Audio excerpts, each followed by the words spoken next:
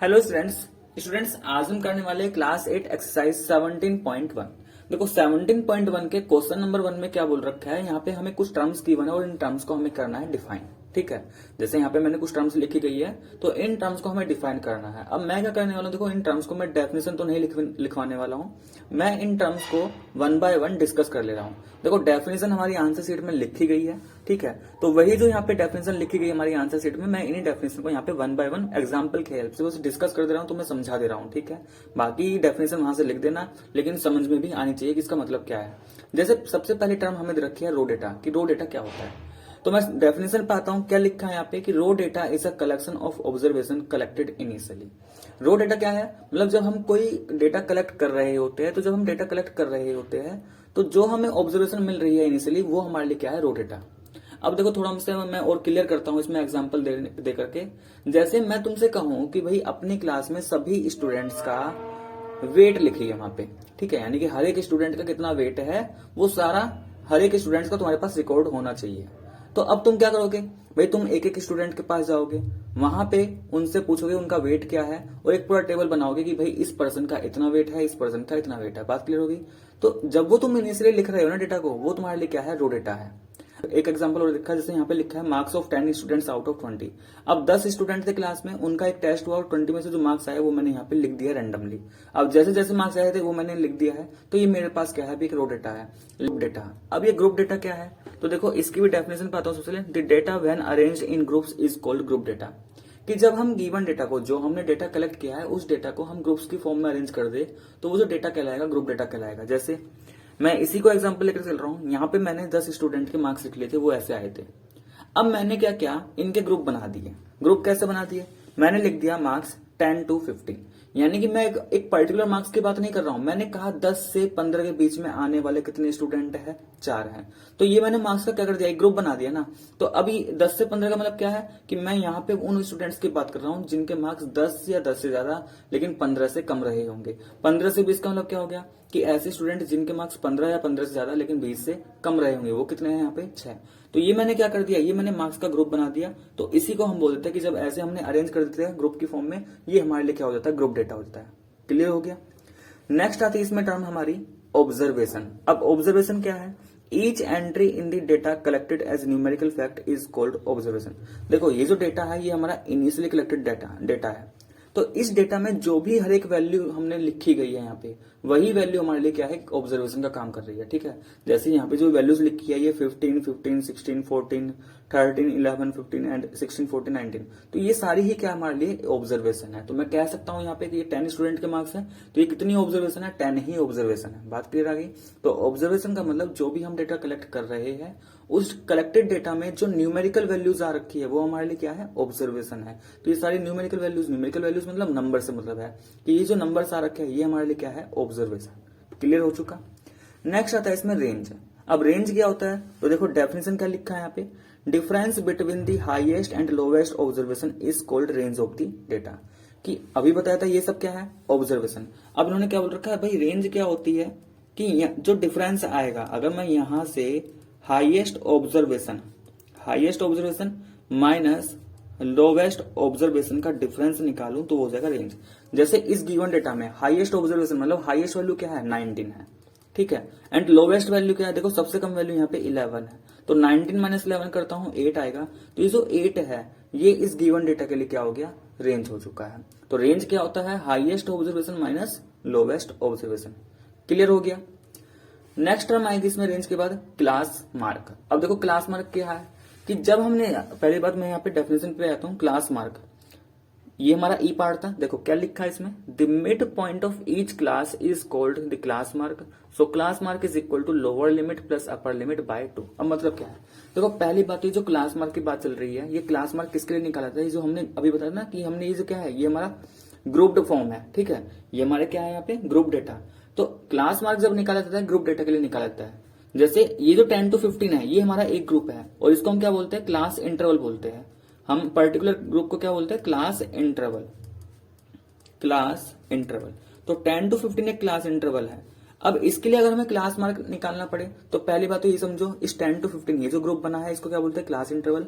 और जो ग्रुप में पहला नंबर होता है ये लोअर लिमिट होता है, इसे क्या बोलते हैं, लोअर लिमिट, और इसे क्या बोलेंगे, अपर लिमिट।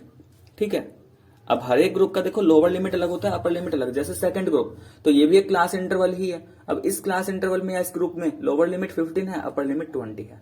तो मैं इस क्लास इंटरवल की बात कर रहा हूं, भी क्लास मार्क सभी ग्रुप का अलग अलग आएगा, यानी कि हर एक क्लास इंटरवल का क्लास मार्क डिफरेंट होगा, लेकिन फॉर्मूला सेम रहने वाला सभी के लिए। तो क्लास मार्क हमने क्या बोला है कि क्लास मार्क क्या होता है, मिड वैल्यू होता है हर एक ग्रुप का। क्लास मार्क क्या होता है, हर एक ग्रुप का मिड वैल्यू। तो 10 से 15 का जो ग्रुप है, इसका जो मिड वैल्यू है, वही मिड वैल्यू क्या कहलाएगा, क्लास मार्क कहलाएगा। जैसे 10 से 15 का जो मिड वैल्यू है वो है 12.5, जो मिड वैल्यू है इसका क्या है, 12.5 है। अब निकालने का तरीका क्या है वो भी बता रहा हूं। क्लास मार्क को कैलकुलेट करने का तरीका है lower limit plus upper limit by 2, कि जो भी ग्रुप है उसकी लोअर लिमिट को और उसकी अपर लिमिट दोनों को करेंगे ऐड और डिवाइड बाय कर देंगे 2। तो जैसे यहाँ पे 10 प्लस 15 करेंगे 25 आएगा, और 25 को अगर 2 से डिवाइड कर दूं कितना आ जाएगा, 12.5। इसलिए इस वाले ग्रुप का 10 से 15 वाला जो ग्रुप है इसका क्लास मार्क कितना बना, 12.5। वहीं अगर मैं 15 से 20 वाले ग्रुप का क्लास मार्क निकालूं तो 15 प्लस 20 क्या हो जाएगा, 35 का 2 से डिवाइड करेंगे तो 17.5। तो इसका क्लास मार्क क्या आ जाएगा, 17.5। तो क्लियर हो चुका क्लास मार्क क्या होता है। ठीक है, नेक्स्ट आता है इसमें क्लास साइज।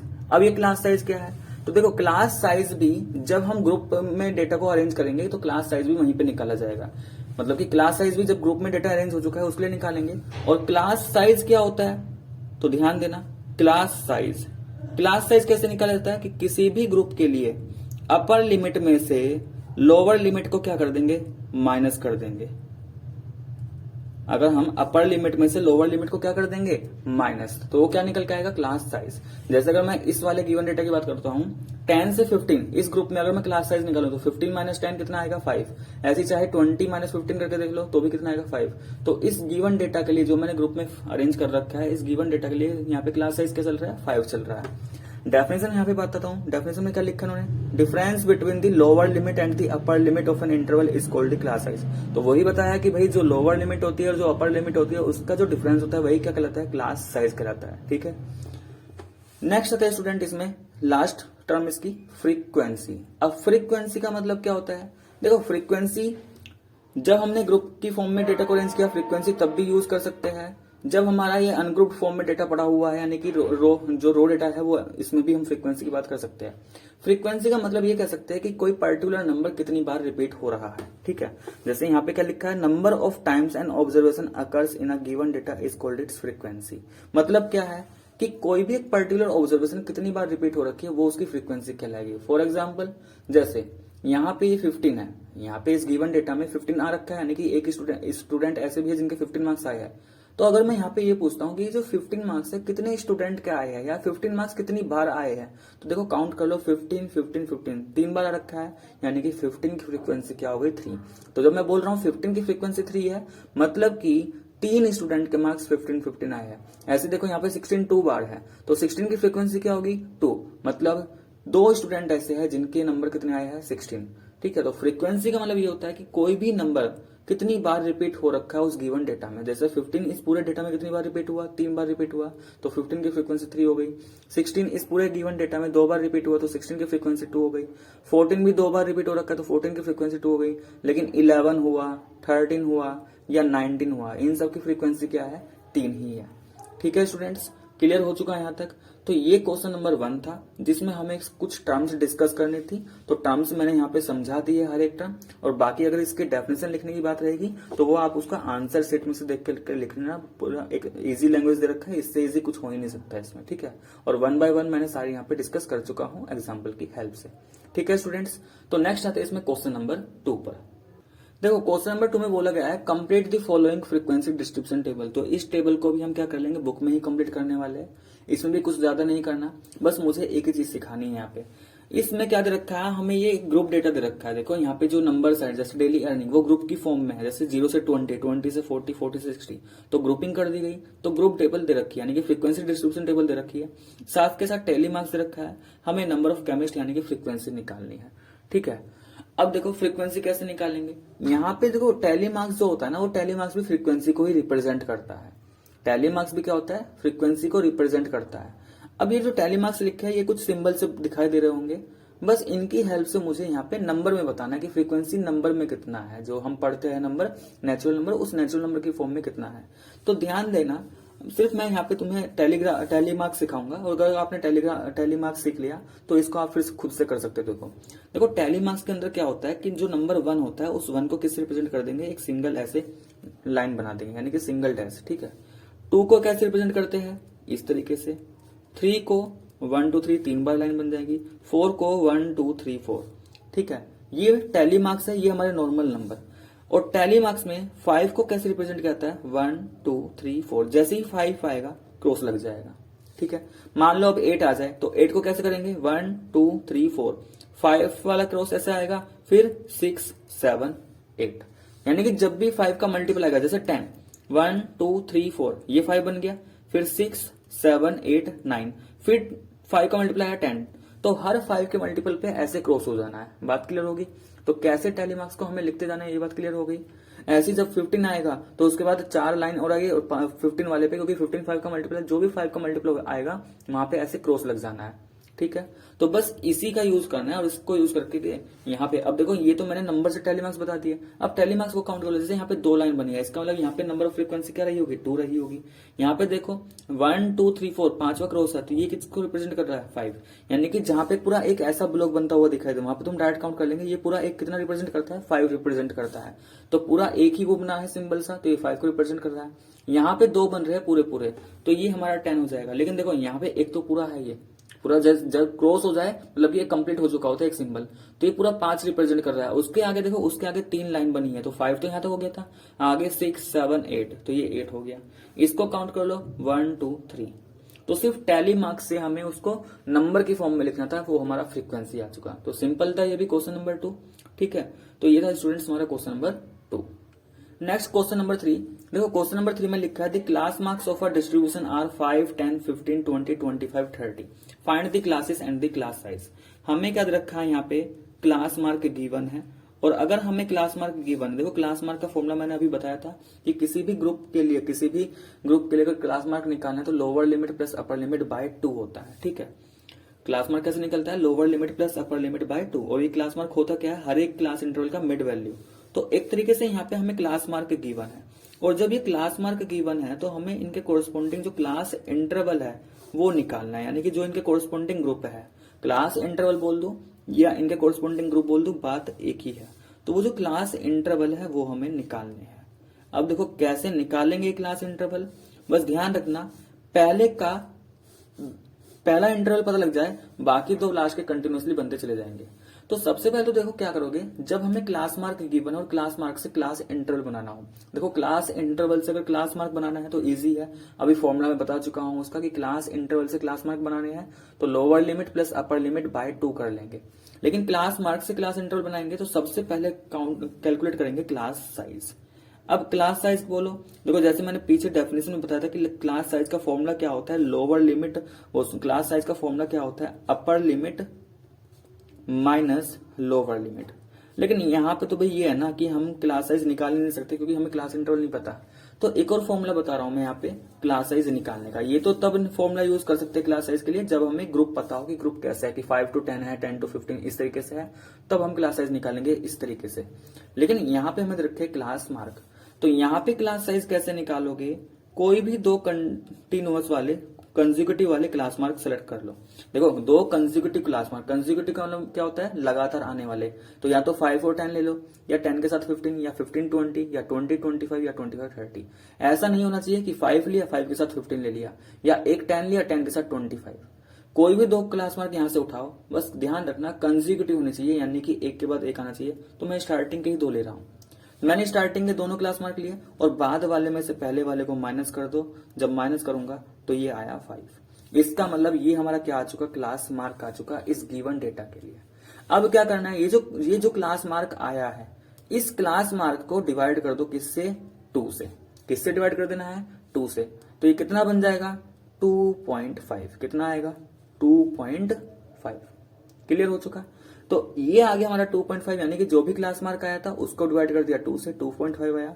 तो ये जो नंबर आया है इस नंबर को इस नंबर को क्लास मार्क में से क्या कर देंगे, यानी कि अगर मुझे लोअर इसको क्या कर देना, क्लास मार्क में से एक बार माइनस करते रहना है, एक बार प्लस करते रहना है। अगर मैं इस 2.5 को क्लास मार्क में से माइनस करूंगा तो मुझे लोअर लिमिट मिलता जाएगा, और 2.5 को क्लास मार्क में ऐड करेंगे तो अपर लिमिट। यानी कि एक बार तो क्या करना है, क्लास मार्क माइनस कर देना उसमें से 2.5, ठीक है। और एक बार क्या करना है, क्लास मार्क प्लस 2.5। और देखो क्लास मार्क तो सभी का अलग अलग दे ही रखा है, ठीक है। तो हर एक के लिए अलग अलग करेंगे तो हर एक का हमें क्या मिलता जाएगा, हमें पूरा ग्रुप मिल जाएगा। यानी कि जब क्लास मार्क माइनस 2.5 करेंगे तो इधर से तो मुझे मिलेगा उस ग्रुप का लोअर लिमिट, क्या मिलेगा, लोअर लिमिट। और ये क्या देगा हमें, अपर लिमिट। ये क्या देगा हमें, अपर लिमिट। चलो तो बात समझ में आ गई कैसे करना है। जो भी क्लास मार्क रखे थे उसके 2 कंसेक्यूटिव क्लास मार्क लिए, तो मैंने यहाँ पे 5, 10 लिया, दोनों का डिफरेंस निकाला, 5 आया। उसका कर दिया आधा, यानी कि डिवाइड बाय 2 कर दिया तो 2.5 आया। तो ये जो हाफ करके नंबर आया फाइनली, इस 2.5 को हर एक क्लास मार्क में से एक बार सब्ट्रैक्ट करूंगा, एक बार ऐड करूंगा। तो देखो अगर मैं 5 में से 2.5 माइनस करता हूं तो कितना आएगा, 2.5। और अगर मैं 5 में 2.5 ऐड कर दूं तो कितना आएगा, 7.5। तो ये इस क्लास मार्क 5 के कोरस्पॉन्डिंग क्लास इंटरवल आ चुका है। अब ऐसे ये 10 है ना, 10 में से 2.5 माइनस करूंगा 7.5, 10 में 2.5 ऐड करूंगा 12.5। तो ये इसका क्लास मार्क आ चुका है। इसका देख लो, ये बन जाएगा 12.5 टू 17.5, ये बन जाएगा 17.5 टू, ऐड कर दो इसमें तो 22.5, माइनस करेंगे तो 22.5 से ये बन जाएगा 27.5, और ये आ जाएगा हमारा 27.5 से ऐड करेंगे तो 32.5। ठीक है स्टूडेंट्स, तो कैसे हमने क्लास मार्क से क्लास इंटरवल बनाए, ये बात क्लियर हो चुकी। तो ये था हमारा question number 3। Next question number 4। देखो क्वेश्चन नंबर 4 में बोला गया है the height of 20 students of a class 8 are given. बोलो यहाँ पे हमें 20 स्टूडेंट्स की हाइट गिवन है, ठीक है। तो ये जो गिवन डेटा है ये क्या है, 20 स्टूडेंट्स का हाइट है इन सेंटीमीटर। आगे लिखा है find the average height of the student. एक तो हमें यहाँ पे एवरेज हाइट निकालना हर एक स्टूडेंट का। दूसरा also draw the cumulative frequency table for the given data. दूसरा यहाँ पे हमें क्यूमुलेटिव फ्रीक्वेंसी टेबल भी बनाना है। तो सबसे पहले मैं यहाँ पे बात करता हूँ क्यूमुलेटिव फ्रीक्वेंसी टेबल। तो देखो मैंने यहाँ पे एक कॉलम बना के रख रखा पहले से। यहाँ पे मैंने तीन कॉलम बनाए। एक तो मैंने बनाया है हाइट का, दूसरा मैंने बनाया फ्रीक्वेंसी, तीसरा मैंने बनाया क्यूमुलेटिव फ्रीक्वेंसी। अब फ्रीक्वेंसी का मतलब मैंने बता दिया था भाई, अभी जब क्वेश्चन नंबर 1 में डिस्कस कर रहा था। फ्रीक्वेंसी का मतलब ये होता है कि जो भी रो डेटा हमें गिवन होता है उस रो डेटा में आने वाली वैल्यू, हर एक वैल्यू वहां पे कितनी बार रिपीट कर रही है। जैसे यहाँ पे मैंने 147 लिखा, तो गिवन डेटा में 147 कितनी बार आ रखा है वही उसकी फ्रीक्वेंसी है। तो यहाँ पे मैंने कुछ हाइट लिखी है। अब ये हाइट मैंने कहाँ से लिखी है, देखो एक तो मैंने यहाँ पे असेंडिंग ऑर्डर में लिखा है। तो हमेशा ध्यान रखना है जब भी डेटा लिखोगे ऐसे असेंडिंग ऑर्डर में लिखोगे। तो यहाँ पे सिर्फ मैंने वो नंबर्स लिखे हैं जो यहाँ पे आ रखे हैं, और जो वैल्यूज रिपीट कर रही है, जो वैल्यूज इनमें रिपीट कर रही है। फॉर एग्जांपल जैसे यहाँ पे 153, ये 153 यहाँ पे है, एक 153 यहाँ पे है। 153 दो बार आ रखा है, तो मैंने जो वैल्यूज रिपीट कर रखी है उसको भी एक ही बार लिखा है, उसको भी एक ही बार लिखा है। मतलब कहने का मतलब ये है सारी वैल्यूज असेंडिंग ऑर्डर में होनी चाहिए, और हर एक वैल्यू एक ही बार आनी चाहिए। कितनी बार रिपीट कर रहे हैं वो बात हम करेंगे फ्रीक्वेंसी में काउंट, यानी कि कोई वैल्यू कितनी बार रिपीट कर रही है वो चीज हम यहाँ पे फ्रीक्वेंसी के अंदर लिखेंगे। लेकिन यहाँ पे एक वैल्यू एक ही बार आनी चाहिए, ठीक है। तो इसमें तो भाई कुछ नहीं। अब तो देखो ये हमें क्वेश्चंस को ध्यान से पढ़ के समझना होगा। अब ये जो आने वाले नंबर है उनको असेंडिंग ऑर्डर में लिखना है सिर्फ, और असेंडिंग ऑर्डर भी सभी को पता होता है, छोटे से बड़े की तरफ जाना है, ठीक है। तो ये सारे मैंने नंबर यहाँ पे लिख लिया। अब ये है हमारा फ्रीक्वेंसी वाला कॉलम। फ्रीक्वेंसी वाला कॉलम भी सिंपल होता है। जैसे यहाँ पे 147, तो 147 की फ्रीक्वेंसी का मतलब क्या है, यहाँ पे 147 इस गिवन डेटा में कितनी बार आ रखा है। तो ध्यान से देख लो 147 सिर्फ एक ही बार है, तो ये 147 की फ्रीक्वेंसी क्या हो गई, 1। ऐसी 148 की फ्रीक्वेंसी क्या हो गई, 1। 151 की फ्रीक्वेंसी 1 है। 152 की फ्रीक्वेंसी 2 है। देख लो 152, एक तो ये रहा हमारा यहाँ पे 152 लास्ट में, और एक कहाँ है, और देखो ध्यान से इसमें दो, एक ये रहा 160 से पहले, तो एक 152 और एक 1 दो आ रखे हैं। ऐसी 153 भी दो रखे हैं, 154 एक आएगा, 155 भी दो आएंगे, 156 एक, 157 3 टाइम्स आ रखा है। देखो 1 2 और एक ये 3, तो 3 टाइम्स ये 3 फ्रीक्वेंसी हो गई। और बाकी सबकी भी फ्रीक्वेंसी क्या है, 1 1 1 1, ठीक है। एक बार मैं इसको थोड़ा सा यहाँ पे बता दे रहा हूँ कि ये मैंने जो गिवन डेटा है सही है कि नहीं। एक बार इन फ्रीक्वेंसी का सम कर लेना। ये जो यहाँ पे फ्रीक्वेंसी आ रखी है इन सभी को ऐड करके देख लो। देखो 1 + 1 + 1 3 हो गया यहाँ तक, 3 + 2 5, 5 + 2 7, +1 8 +2 10, फिर ये 9 9 + 3, अच्छा यहाँ तक 10 हो गया था, 10 10 + 1 11 11 + 3 14 15 16 17 18 19 20। अब इन सभी का सम क्या है 20। मैंने ऐड क्यों किया, देखो फ्रीक्वेंसी का जो सम है वो उतना ही आना चाहिए जितने वहां पे डेटा गिवन है। 20 स्टूडेंट्स का डेटा था ना, तो देखो फ्रीक्वेंसी क्या मेरे 20 आई, इसका मतलब कोई भी नंबर मेरा छूटा नहीं है। अगर ये मान लो यहाँ पे 20 से कम या ज्यादा हो रहा होता, कि मान लो ऐसा होता 18 19 या 21 22, तो या तो मैंने कोई चीज छोड़ दिया या मैंने किसी को एक्स्ट्रा काउंट कर लिया। ठीक है ठीक है स्टूडेंट्स, तो हाइट और फ्रीक्वेंसी में तो कोई प्रॉब्लम होगी नहीं। अब इन्होंने एक कॉलम और बना रखा है क्यूमुलेटिव फ्रीक्वेंसी, क्योंकि देखो क्वेश्चन में लिखा था कि क्यूमुलेटिव फ्रीक्वेंसी का टेबल बनाना है। तो ये तो फ्रीक्वेंसी मैंने बता भी दिया था कि जब मैंने डेफिनेशन की बात की थी, लेकिन ये क्यूमुलेटिव फ्रीक्वेंसी क्या होता है। देखो क्यूमुलेटिव फ्रीक्वेंसी में क्या करते हैं कि हर एक रो में, जैसे ये हमारी रो है, ये जो हॉरिजॉन्टल ऐसे आती है इसको रो बोलते हैं, और वर्टिकली ऐसी बोलते हैं तो ये कॉलम बोलते हैं। तो 3 कॉलम है हमारे पास, और रो देखो बहुत सारी रो बनी हुई है। तो क्यूमुलेटिव फ्रीक्वेंसी में क्या है, हर एक रो में हम फ्रीक्वेंसी को ऐड करते हुए चलेंगे। जैसे पहली रो ये है, पहली रो में यहां तक फ्रीक्वेंसी क्या था 1 था। ठीक है, अब हम क्या करेंगे, जैसे ही सेकंड रो में आया तो सेकंड रो तक आने वाली फ्रीक्वेंसी का सम यहाँ पे हमें लिख देना। देखो यहां तक 1 आ गया था और यहां तक, यानी कि इस वाले रो तक टोटल फ्रीक्वेंसी कितनी हो जाएगी, यानी कि इस कॉलम से और ऊपर तक की फ्रीक्वेंसी जो भी है सबको ऐड कर दो, तो 1 + 1 कितना हो जाएगा 2 हो जाएगा। ऐसी इस थर्ड रो में 1 + 1 + 1 कितना हो जाएगा 3 हो जाएगा। अब 2 में इन चारों को ऐड कर दो। तो अब मैं ऐसे तो ऐड नहीं करूंगा, मैं इसका और भी सिंपल ट्रिक बता दे रहा हूं। जब यहां पे पहुंचे तो इससे पहले वाली जो क्यूमुलेटिव फ्रीक्वेंसी है उसको ऐड कर दो, यानी कि 2 में क्या ऐड कर दो, इसके ऊपर वाली क्यूमुलेटिव फ्रीक्वेंसी, यानी कि 3 2 5। अब यहां पे अब होना तो देखो यही है कि यहां तक की जो फ्रीक्वेंसी है इन सभी का सम, अब इन चारों फ्रीक्वेंसी का सम 5 आ गया था ना, तो मैं 2 में ही क्या ऐड कर दे रहा हूँ 5 ऐड कर दे रहा हूँ, 7 आ जाएगा। फिर ये 1, तो 7 में 1 ऐड कर दे रहा हूँ 8 आ जाएगा। फिर 8 में 2 ऐड कर दे रहा हूँ, इसकी 10 आ गया। फिर 10 में 1 ऐड किया 11 आ गया। 11 में 3 ऐड किया 14 आ गया। 14 में 1 ऐड किया 15 आ गया। ठीक है, इसी तरीके से चलते रहो बस। 15 में 1 ऐड किया 16 आया। 16 में इसका 1 ऐड किया 17 आया। 17 में 1 ऐड किया 18। 18 में 1 ऐड किया 19 आया। 19 में 1 ऐड किया 20 आया। अब यहाँ पे भी ध्यान रखना, जब क्यूमुलेटिव फ्रीक्वेंसी वाला कॉलम बनाओगे तो ये जो लास्ट वाले में फ्रीक्वेंसी आएगी ये उतनी ही आनी चाहिए जितने डेटा हमें दे रखे होंगे, जितनी वैल्यूज हमें गिवन है गिवन डेटा में। तो 20 वैल्यूज थी तो देखो ये 20 ही आया, और इनका सम भी 20 ही आ रखा था ना, तो इन सभी का सम यहाँ पे आ जाना चाहिए, यानी कि 20 है तो 20 ही आना चाहिए। 20 से कम आएगा या ज्यादा आएगा तो गलत है, इसका मतलब कहीं ना कहीं हमने कुछ एडिशन करने में मिस्टेक कर दी है, ये बात समझ जाना। ठीक है, तो ये तो हमने क्या कर लिया, इसका क्यूमुलेटिव फ्रीक्वेंसी टेबल ड्रॉ कर लिया है, लेकिन इसमें एक क्वेश्चन और पूछा था कि इसका एवरेज हाइट भी निकालो। अब एवरेज कैसे निकालते हैं किसी भी चीज का, देखो अगर हमें एवरेज निकालना है तो इसका एक फॉर्मूला होता है। एवरेज क्या होता है, sum of all observation, sum of all observation divided by number of observation, number of observation. अब सम ऑफ ऑल ऑब्जर्वेशन से मतलब क्या है, यहां पे हमें 20 स्टूडेंट्स की हाइट दे रखी थी, तो ये जो 20 नंबर्स यहाँ पे आ रखे हैं ना, इन सभी 20 नंबर का क्या कर लो, सम कर लो। ठीक है, यानी कि 161 + 148 + 157 + 153 अप टू यहाँ 152 तक। तो जो इन 20 नंबर्स का सम आएगा वो तो तुम्हारा जाएगा न्यूमेटर में, और नंबर ऑफ ऑब्जर्वेशन कितने नंबर्स है वो है 20, तो नीचे आ जाएगा 20।